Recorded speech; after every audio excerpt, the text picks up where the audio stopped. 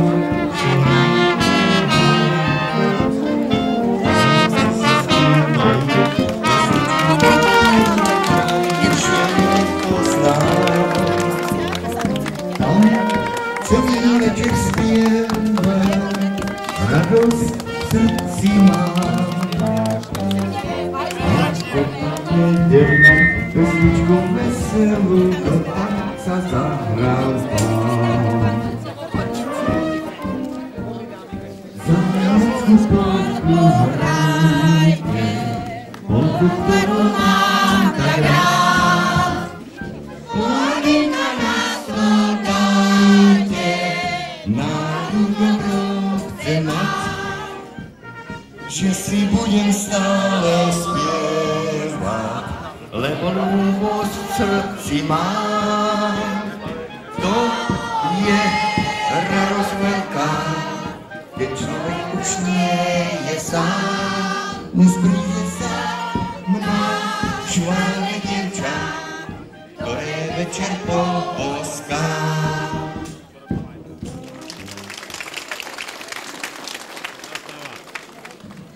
Vážení prítomní občania, vážení hostia, chcel by som v našej obci privítať vzácneho hostia, pána premiéra Slovenskej republiky, pána Roberta Fica.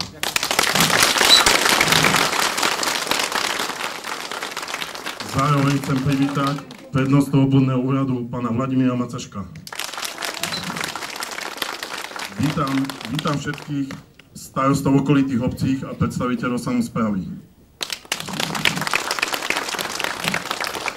Tak ako každý rok býva v našej obci zvykom je stavanie maja.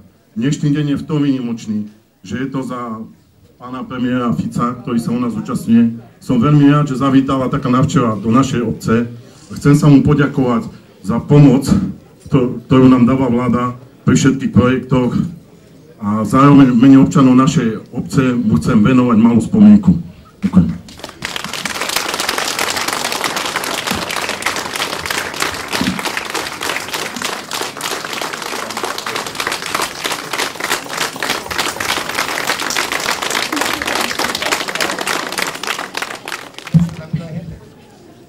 Pán starosta, drahí spoluobčania, drahé Slovenky, Slováci, ďakujem pekne za toto krásne privítanie. Dovoľte mi predtým, ako sa k vám prihovorím, aby som túto peknú kyticu niektoré z vás daroval, pretože mne to v aute zvedne a bolo by mi to hrozne ľúto. Takže vyberiem si, ak môžem, nech sa páči. Ďakujem veľmi pekne.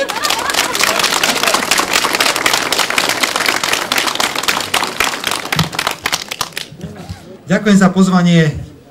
Napriek tomu, že sme mali dnes ráno v Bratislave zasadnutie vlády, tak som stihol dnes už byť v Banskej Bystrici, v Brezne, v Žiline. A som veľmi rád, že som nemeškal, teda viem, že som mal sem prísť o 7:45, tak dúfam, že som došiel presne. Dúfam. Ďakujem pekne. Lebo presnosť by mala byť výsada predsedov vlády. Ďakujem za to, že udržiavate nádherné slovenské tradície. Viete, poviem to tak normálne, trošku ma mrzí, že začíname na Slovensko dovážať všelijaké sviatky, ktoré so Slovenskom, s jeho kultúrou, tradíciami nemajú nič spoločné.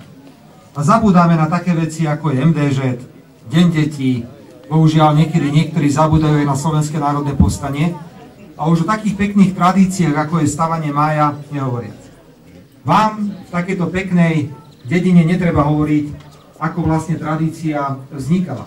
Ja som zo západného Slovenska od Topolčian a tam to vždy bolo tak, že v noci z 30. apríla na 1. mája sa chlapci stretli v krčme a povedali si, že ktoré dievča je najkrajšie. A potom mu v noci tajne postavili máj. Čiže urobili akúsi mis dediny, ktorá potom dostala ako darček krásny stromček pred dom. Ja verím, že ten máj, ktorý dnes budeme spoločne stavať tu u vás, bude májom pre všetky ženy, ktoré tu žijú, bývajú, pracujú, alebo ktoré len tak navštevujú vašu peknú obec. Verím, že bude miestom príjemných stretnutí a ja vám chcem v tomto ešte raz poďakovať za to, že nezabúdate na našu históriu, lebo je to jedinečná národná tradícia. Stavanie mája nie je príliš typické pre iné krajiny Európy ako také. Musím však povedať, že 1. máj vnímam aj ako sviatok práce. A tu veľmi jasne chcem zdôrazniť, že si vážim každého, kto pracuje, alebo kto by chcel pracovať, len nemôže, lebo došiel o svoju prácu. Rovnako chcem povedať, že nerobím žiadne rozdiely medzi tým, či niekto robil do roku 1989 alebo po roku 1989. Ľudia robili aj vtedy, aj teraz tvoria hodnoty a tieto hodnoty sú pre túto krajinu nenahraditeľné. Preto ako predseda vlády si sviatok práce vážim a vždy si ho aj takýmto spôsobom pripomínam. Je pravda, že sa stretávame v čase, kedy práce nie je nadostač. Bol som pred niekoľkými dňami vo Francúzsku a Španielsku. Španielský premiér mi povedal, že 60% mladých ľudí v Španielsku nemá robotu.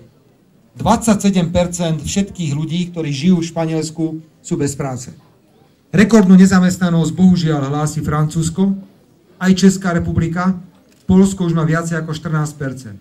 Celá eurozóna, teda krajiny, ktoré majú euro, má rovnako historicky najvyššiu nezamestnanosť. Preto sme sa rozhodli, lebo je to najväčšia výzva pre vládu, že musíme bojovať o každé jedno pracovné miesto. Aj preto sme leteli do Pittsburghu, aby sme zachránili skoro 7 000 pracovných miest v Košiciach v US Steel. Aj preto sme išli do Hanoveru a dnes vieme, že v Púchove sa pravdepodobne bude vyrábať najviac pneumatík v celej strednej Európe. Chodíme po východnom Slovensku, všade tam, kde môžeme, udržujeme pracovné miesta alebo vytvárame nové pracovné miesta. Niekedy sme kritizovaní, že dávame investorom tzv. Stimuly alebo újavy.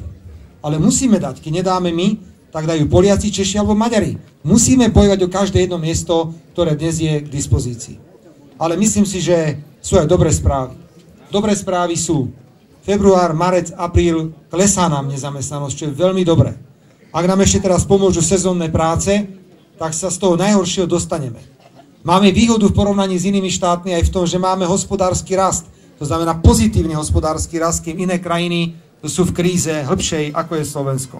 Čakáme, že druhá polovička roku 2013 a najmä rok 2014 už budú roky, kedy sa vláda, ako vláda ľavicová, bude môcť sústrediť aj na to, čo je pre ňu typické, teda starať sa o ľudí, starať sa o tých, ktorí to najviac potrebujú. Chcem vám všetkým poďakovať, ako ste tu, za veľkú podporu. Ja ju naozaj cítim.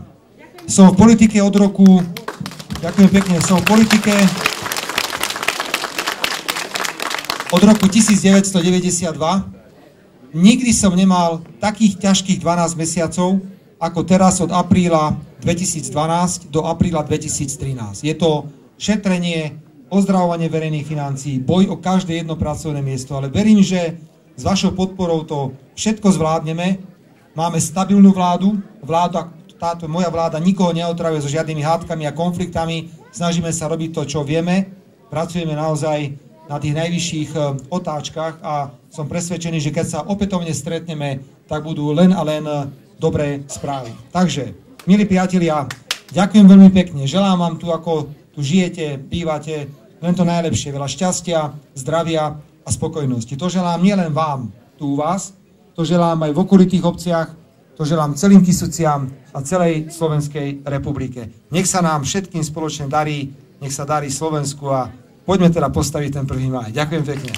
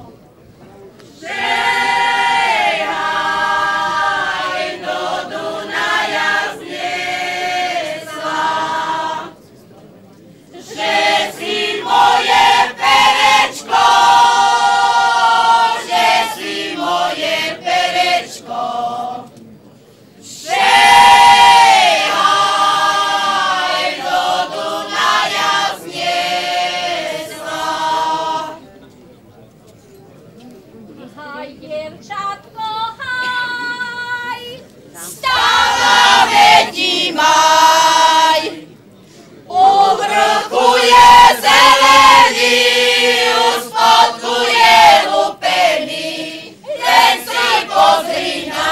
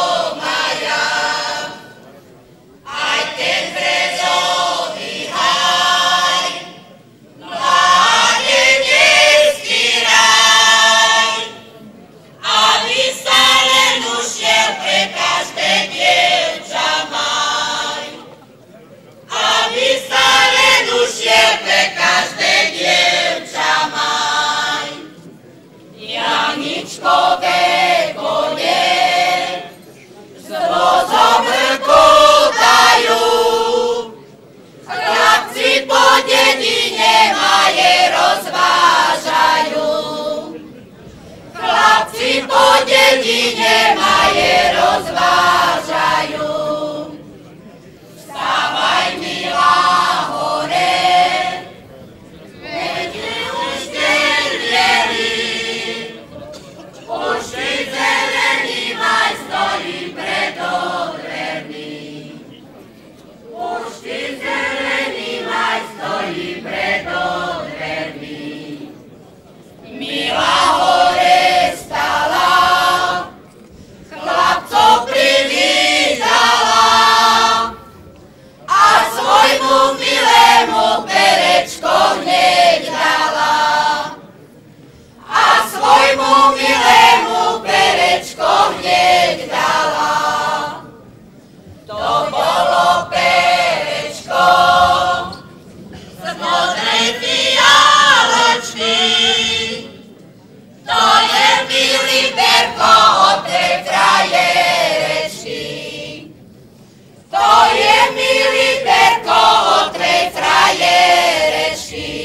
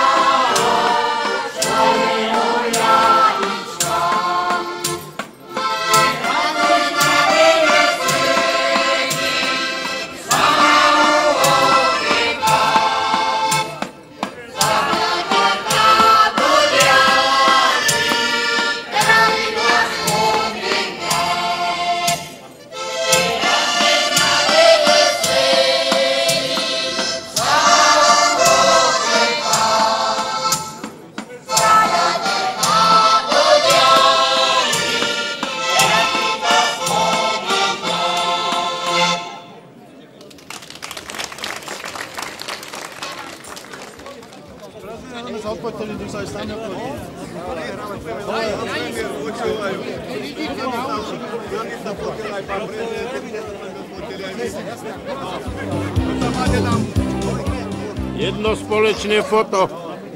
Hola. Úsmiev, chlapi. Ešte moment. Tak.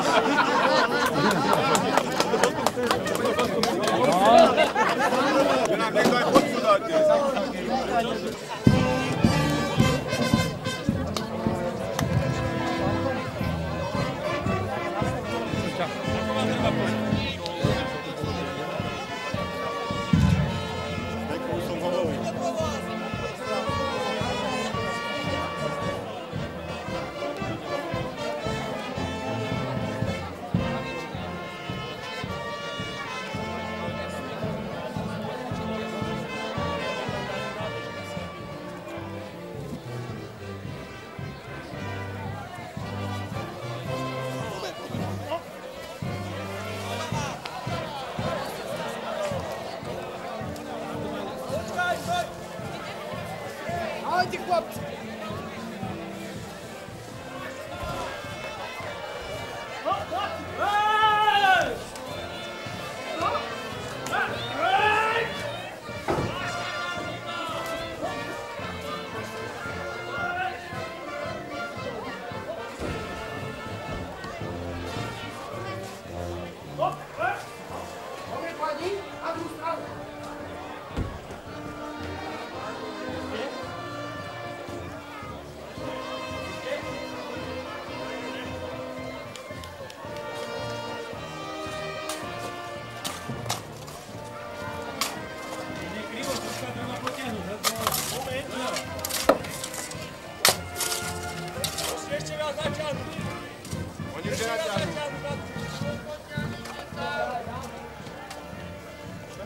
Pustite vy, chalani, dobre?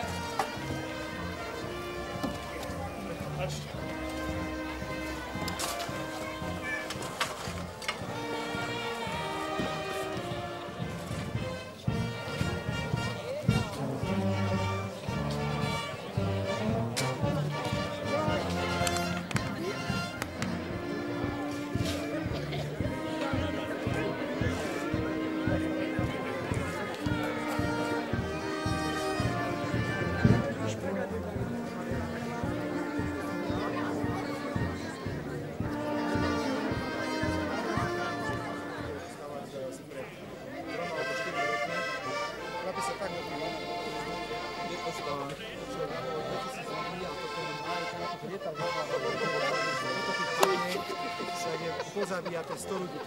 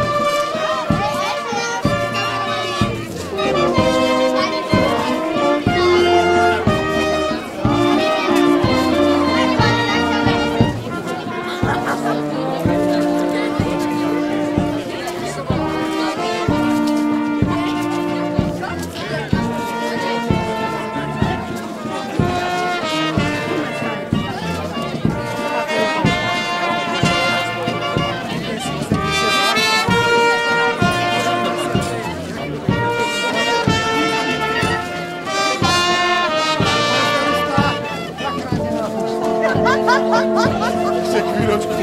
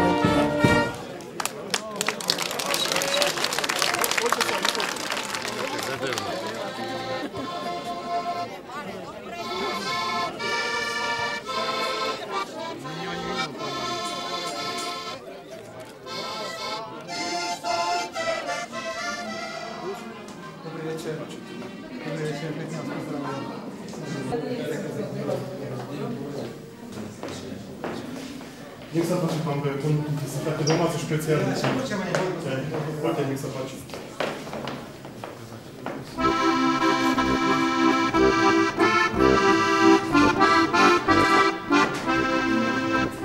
Slovensko, krásna zem, ja viem, že patrím sem.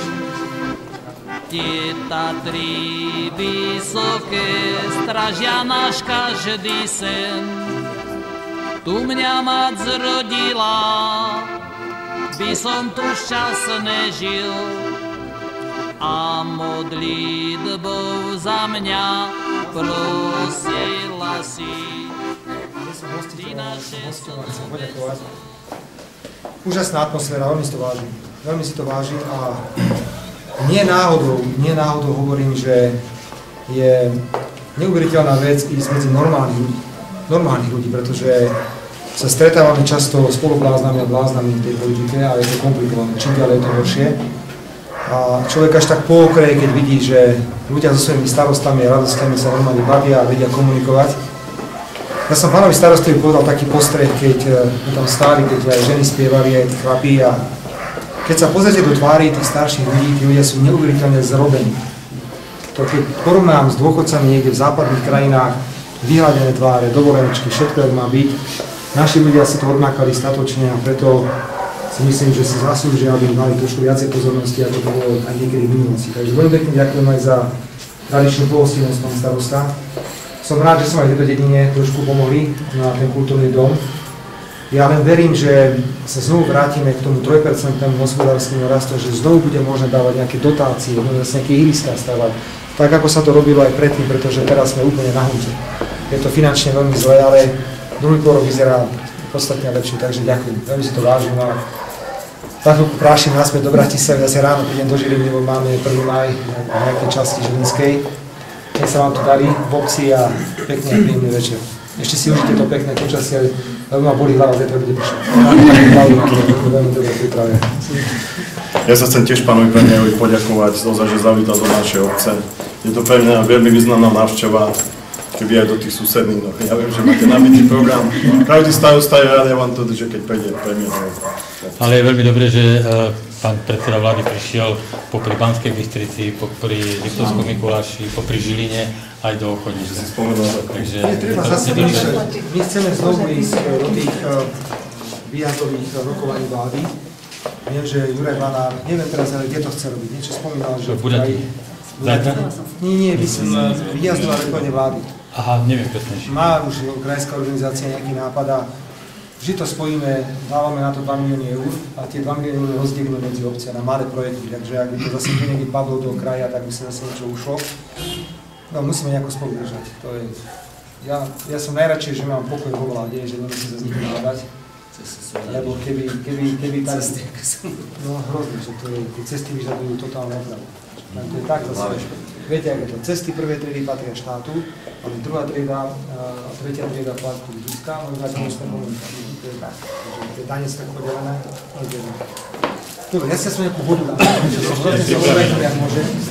A tu ešte máte čas. Tu ešte podpíš, čakám na vás, aby ste... Počkajte, sa uhnem.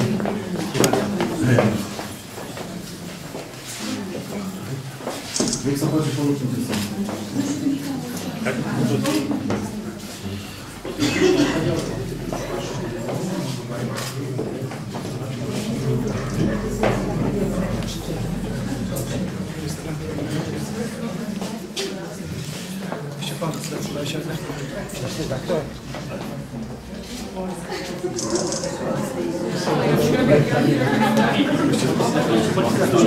Je to Mirošu na púste. Koľko máte vyslancov? Ja ešte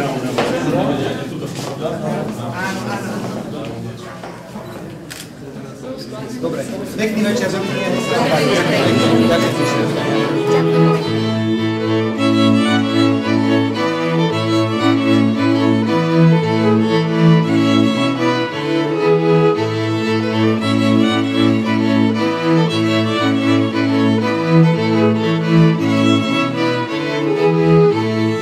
A keď Šuhaj vandroval z miesta preč, Mila naňho volala, prežalostne plakala, Mila naňho volala z okna preč.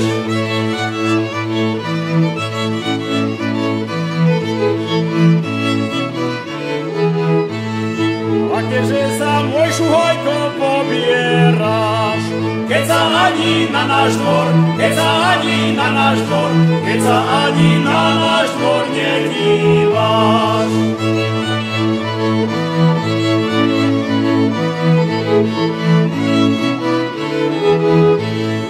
A keďže by vandroval na vojnu, a kdeže by vandroval, a kdeže by vandroval, a kdeže by vandroval na vojnu.